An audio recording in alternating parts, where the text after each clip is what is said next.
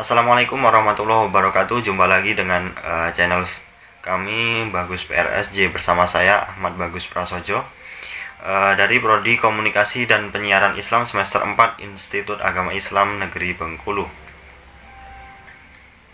Baiklah, pada kesempatan ini saya akan mempresentasikan bahasan mengenai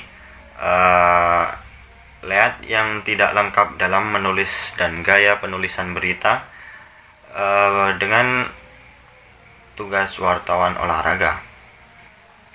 Dalam 10 pedoman penulisan teras berita yang disusun oleh Persatuan Wartawan Indonesia atau disingkat PWI, disebutkan bahwa layout atau teras berita yang menempati alinea atau paragraf pertama harus mencerminkan pokok terpenting suatu berita.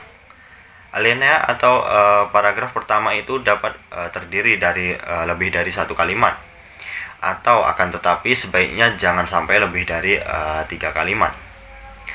Mencerminkan pokok terpenting suatu berita sudah tentu memiliki arti bahwa layout itu tugasnya meringkaskan suatu berita.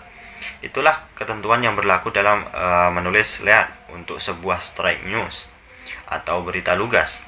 Dan itulah sebabnya layout semacam ini disebut summary layout atau layout ringkasan. Layout disusun dengan menjawab sebanyak mungkin ke 6 pertanyaan tradisional yang ada di jurnalistik, seperti siapa, apa, bila mana, di mana, mengapa, dan bagaimana. Selanjutnya bahasan mengenai tugas wartawan olahraga. Pengetahuan tentang suatu permainan olahraga yang diperoleh dari memainkan sendiri olahraga tersebut menambah minat seseorang terhadap suatu olahraga. Bulu tangkis misalnya, yang menjadi mapan sebagai olahraga nasional ketika olahraga tersebut menjadi olahraga yang paling umum dimainkan dalam waktu senggang. Contoh lain seperti sepak bola, di mana setiap orang yang menonton pertandingan sepak bola melakukan itu didorong karena suatu kegemaran atau hobi, kecuali para wartawan olahraga. Ini bukan berarti para wartawan tidak menikmati pekerjaannya. Mereka tidak dapat membiarkan antusiasmenya sama dengan yang ditunjukkan oleh para fans. Tempat duduk untuk para wartawan pun biasanya terdapat di suatu tribun yang mahal, dan itu bukanlah tempat untuk bersorak-sorai seperti yang dilakukan oleh para fans. Para wartawan duduk di sana harus memusatkan perhatiannya pada apa yang terjadi di lapangan.